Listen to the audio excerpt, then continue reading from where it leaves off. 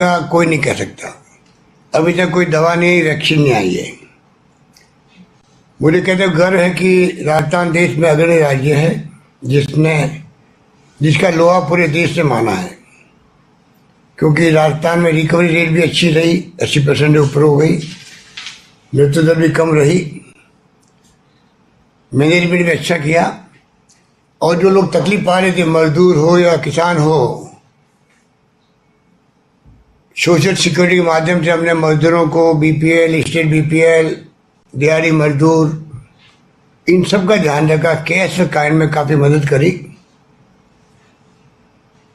और लोग उसको लेकर संतुष्ट भी रहे, क्योंकि जीवन और जीविका बचाने का सवाल है। विकास रुके नहीं, इसलिए वित्तीय प्रबंधन करके हम चाहते हैं कि श्रमिकों को ही मजदूरी मिले, किसान को ऊपर का पूरा मूल्य मिले, उद्योग धंधे प्रारंभ हो, अर्थव्यवस्था पटरी पर आए, जिससे आम लोगों का जीवन सुचारू रूप से चल सके।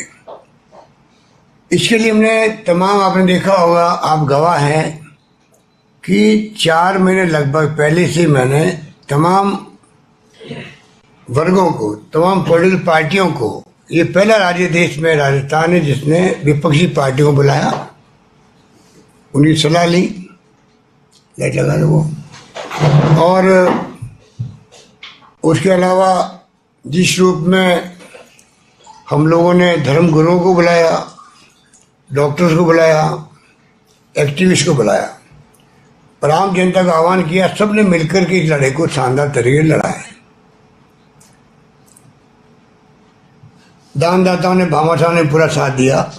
पर आपको मालूम है कि रेवेन्यू 30% पे आ गई है। रेवेन्यू हम चाहते विकास रुके नहीं, इसलिए पूरी कोशिश चल रही है कि किस प्रकार से पुनः इकोनॉमी वापस पटरी पर आए, काम धंधे शुरू हो, इंडस्ट्री शुरू हो। इस रूप में हम लोग पूरी तरह प्रयास कर रहे हैं। बिना वित्तीय प्रबंधन, बिना रेवेन्यू के हम लोग विकास नहीं कर पाएंगे, ये हमारे लिए चिंता का विषय बना हुआ है। और दिहाड़ी मजदूर है या गरीब आदमी है, उसके लिए तो 2 जून खाना मुश्किल होता है। ये तमाम चिंताओं के बीच में हम लोग कोरोना के खिलाफ जंग लड़ रहे हैं, आप सबके सहयोग से। हालांकि हमने भारतीय जनता पार्टी नेताओं को विश्वास में लिया, उनसे मुलाकात भी करी, सब कुछ किया। बीच में वो लोग कई तरह की टिप्पणियां करते गए, तब भी हमने बुरा नहीं माना। इसलिए मैं चाहता था पूरे मुल्क में एक मैसेज आए कि राजस्थान सरकार पक्ष को, विपक्ष को, तमाम वर्गों को साथ लेकर चलना चाहती है, क्योंकि कोविड की लड़ाई कोई राजनीतिक लड़ाई नहीं है। ये बीजेपी के लोगों को समझना पड़ेगा, ये महामारी है। कोविड जब इफेक्ट करता है तो वो नहीं देखता कि कांग्रेस वाला है कि बीजेपी है, कौन सी जाति का, कौन से धर्म का है। इसलिए उस मर्म को समझ के मैंने राजनीति करी, सबको साथ लेके चल के कोरोना की जंग को लड़ने के लिए। दुर्भाग्य है कि इनके समझ में नहीं आ रही है बीजेपी वालों के, वो कोई न कोई आरोप लगाते रहते हैं। तब भी मैंने, आपने देखा होगा, राष्ट्रीय मीडिया में मैंने जितने इंटरव्यू दिए या आपको दिए, मैंने कभी नहीं कहा इनके बारे में। मैंने हमेशा कहा नहीं, हम सब साथ मिलके कोरोना की लड़ाई लड़ रहे हैं। परंतु बीजेपी के नेताओं ने तो मानवता और इंसानियत की सारी हदें पार तोड़ दी है। क्योंकि एक तरफ तो हम जीवन और आजीविका बचाने में लगे हुए हैं और दूसरी तरफ ये लोग सरकार गिराने में लगे हुए हैं। मुझे व मेरे साथियों को, मेरे मंत्रिमंडल के साथी हैं, विधायक हैं, कांग्रेस के नेता हैं, सबको सरकार बचाने के लिए संघर्ष करना पड़ता है। हमारा ध्यान पूरी तरह कोरोना की जंग में होना चाहिए और उसी में हम लोग लगे हुए हैं। रोज हम रिव्यू मीटिंग करते हैं, वीसी करते हैं, पूरे राजस्थान के हर वर्ग से हमने वीसी करी है। और ये लोग सरकार कैसे घिरे, किस प्रकार से तोड़फोड़ करे, खरीद फरोख्त करे, ये तमाम काम में लगे हुए हैं। मैंने देखा बीजेपी के नेताओं को, वैसे वाजपेयी जी भी प्राइम मिनिस्टर बने थे तब ऐसी बात नहीं थी, अब जो 14 के बाद देख रहा हूं कि इतना अहम घमंड आ गया है, अहंकार है, ये खुल के सामने आ गए देश के सामने, धर्म के नाम पर, जाति के नाम पर लोकतंत्र की हत्या करने में लगे हुए हैं। फासिस्ट इनकी सोच है। विभिन्न प्रदेशों के अंदर आपने नमूने देखे होंगे किस प्रकार से इन्होंने जब जब इनका मौका लगा, चाहे वो गोवा या मणिपुर हो, वहां पे सरकार ने बना दी कांग्रेस की। अरुणाचल प्रदेश में हमारे विधायकों की संख्या 42-60 में से सारे विधायकों को उन्होंने खरीद लिया और सरकार बदलवा दी वहां पर। एक तो एक चीफ मिनिस्टर को सुसाइड करना पड़ा इन लोगों के कारण से।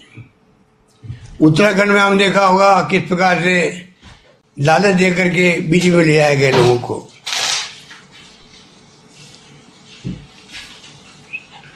और आज वहाँ उत्तराखंड में जो सरकार है उन्हें 5 मंत्री जो है वो है जो कांग्रेस से गए वहां पर।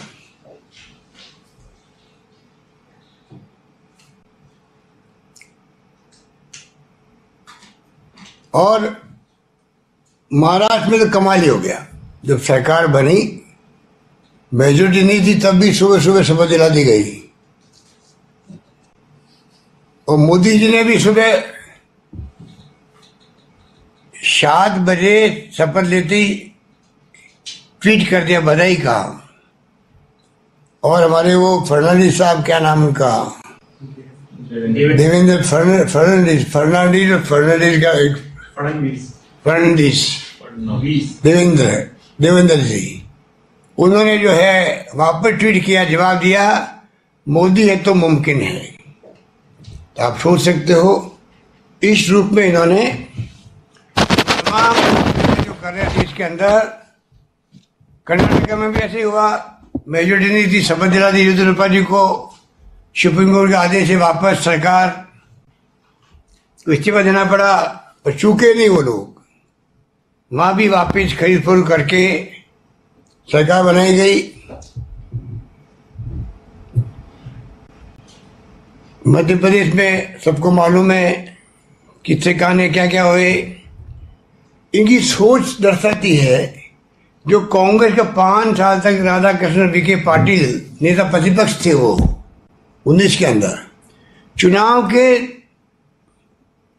2 महीने पहले उनको शामिल करवा दिया बीजेपी के अंदर और मंत्री बना दिया, जो 5 साल विपक्ष का नेता रहा है। मैं उम्मीद करता हूं गुलाब चंद कटारिया की ये सोचनी होगी। वो आरएसएस के काठी नेता है, बीजेपी के बहुत सीनियर नेता है और ना उनको लेने वाले हैं। गुलाब चंद कटारिया की तरह के लोगों की कांग्रेस में जगह नहीं है। ये सतीश पूनिया जी हो, राजेंद्र राठौड़ जी हो, ये जिस प्रकार का खेल खेल रहे हैं राजस्थान के अंदर सरकार को गिराने के लिए अपने केंद्रीय नेताओं के इशारे पर, ये तमाम बातें जनता के सामने आ चुकी है, जनता समझ गई है। और किस प्रकार से ये कभी एडवांस में लो 10 करोड़ रुपए, सरकार गिर जाएगी तो फिर आपको देंगे 15 करोड़ रुपए, पता नहीं क्या क्या ये बातें फैला रहे हैं, वादे कर रहे हैं, कोई सोच नहीं सकता। कोई बहुत करीबी है तो कहेंगे कि आपको तो आपके लिए एक्स्ट्रा ध्यान रख लेंगे, इसका मतलब आपको एक्स्ट्रा मदद कर देंगे। तो जिस प्रदेश में आज तक की परंपरा कभी नहीं रही, आज तक की परंपरा में कभी भी मैंने देखा नहीं कि राजस्थान में जैसे अन्य प्रदेशों में हाउस स्टडी हुई है वैसी हमारे यहाँ कभी नहीं हुई। बीएसपी को हमने किया, जब कभी कमेंट करते हैं लोग कि बीएसपी को आपने मिलाया, तो बीएसपी पूरी मर्द हुई हमारे यहाँ पर, कोई हाउस स्टडी नहीं हुई। कानून कहता 2/3 बहुमत है, किसी पार्टी का अगर वो अलग होना चाहता है तो हो सकता है।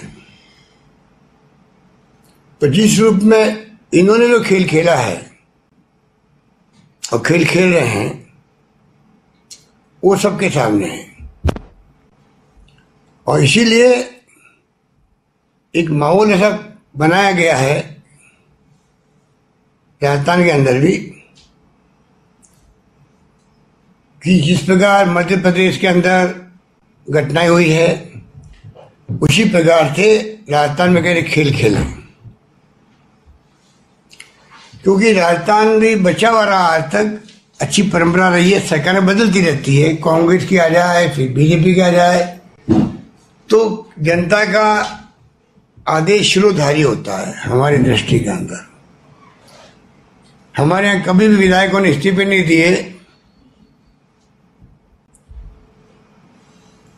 आप अपने आप को, जैसे बकरा मंडी होती है उस ढंग से बकरा मंडी में जो बकरे बिकते हैं उस ढंग से आप खरीद करके आप राजनीति करना चाहते हो, ये इनकी बेशर्माई की हद है। ये इतने बेशरम लोग हैं, इतने तिकड़मे लोग हैं ये लोग कि गुजरात के अंदर 7 विधायकों को खरीद लिया इन्होंने और 2 सीटें जीत गए, उसी में गर्व महसूस करते हैं। राजस्थान में हमने इनकी चाल चलने नहीं दी, और जो हमारे पास जितने कांग्रेस के या समर्थन करने वाली पार्टियां थी सबके सहयोग से हमने पूरे वोट लिए, 2 सीटें हमने जीती है। इनको सबक सिखाया, पर मानने वाले कहाँ हैं? ये तिकड़मी लोग हैं, बेशरम लोग हैं, इसलिए ये तो वापिस अपने असली चेहरे पे आ रहे हैं।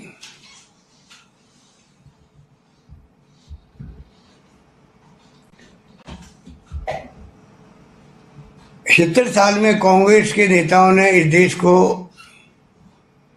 के लोकतंत्र को बचाए रखा है। चाहे इंदिरा गांधी चुनाव हार गई हो, 1 सेकंड लगाया, मुरारी भाई देसाई को सत्ता सौंप दी। राजीव गांधी कामयाब नहीं हो पाए, वीपीसी जी सत्ता सौंप दी गई। ये लंबा इतिहास बना रहा है देश के अंदर। ये लोग वो हैं जो आज लोकतंत्र को जिस रूप में ये लोग हत्या कर रहे हैं, जिस रूप में डरा रखा, धमका रखा पूरे मुल्क के अंदर लोगों को, बोलने से कतराते हैं, टेलीफोन पे बात नहीं कर पाते हैं, व्हाट्सएप पे बात करते हैं।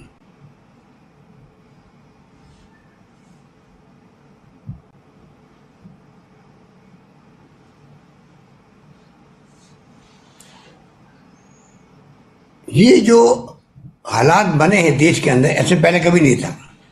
खुल के बात लोग बोलते थे, अब तो लोग बात करते चमकते हैं।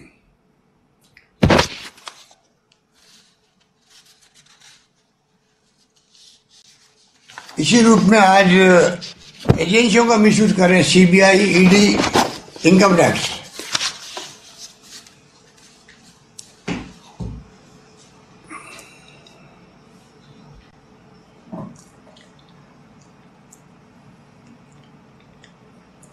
मेरा मानना है कि ये या कुछ भी कर ले, जनता का रॉबस्ट कॉमन सेंस एक्स्ट्राऑर्डिनरी देश के अंदर है। उन्होंने जब जब मौका लगा है तो सत्ता का तख्ता पलटने में देरी नहीं करी है। ये गवाह है देश। इंदिरा गांधी जी के वक्त से मैं देख रहा हूं, वो इंदिरा गांधी जी 2.5 साल में वहां पर आंधी चली, वहां पर प्रधानमंत्री बन गई 40 साल पहले। इसलिए आज जो इनको घमंड अहम है मोदी जी को, अमित शाह जी को, इस देश की जनता चकनाचूर कर देगी हुए घमंड को टाइम आने पर।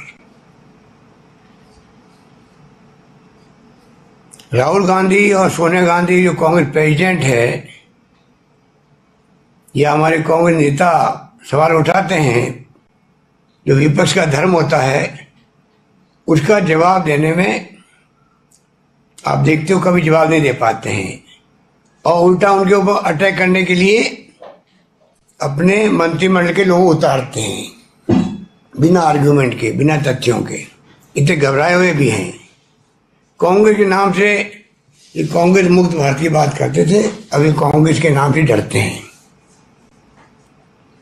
रास्ता में सरकार स्थिर है, स्थिर रहेगी, 5 साल चलेगी और अगले चुनाव जीतने की तैयारी हमने लग गए हैं। राजस्थान सरकार अगले चुनाव जीतने की तैयारी में लग गई है। उसी ढंग से हमने बजट पेश किए हैं, उसी ढंग से हम गवर्नेंस दे रहे हैं, शासन दे रहे हैं। उसी ढंग से हम लोग इस संकट की घड़ी के अंदर भी, चाहे कोरोना हो, लॉकडाउन हो, उसके बावजूद भी जो हमारा प्रयास है, जिस प्रकार से मैंने कहा जीवन बचाएं, आजीविका बचाएं, और पूरे राजस्थान की जनता ने हमारा संपर्क है वीसी के माध्यम से, हर वर्ग से संपर्क कर रहे हैं। और मुझे कहते खुशी है कि लोगों ने जो कोरोना के मैनेजमेंट को देखा है, पूरे प्रदेश के लोगों को गर्व इस बात का है कि राजस्थान की चर्चा पूरे देश के अंदर हो रही। राजस्थान के मैनेजमेंट की चर्चा पूरे मुल्क में होना, ये मेरे लिए गर्व की बात नहीं, खाली राजस्थान प्रदेश वासियों के लिए गर्व की बात है, क्योंकि सबने मिलकर लड़ाई को लड़ा है। उस माहौल में सरकार गिराने का प्रयत्न करना, इसको यहाँ की जनता कभी माफ नहीं करेगी, सबक सिखाएगी।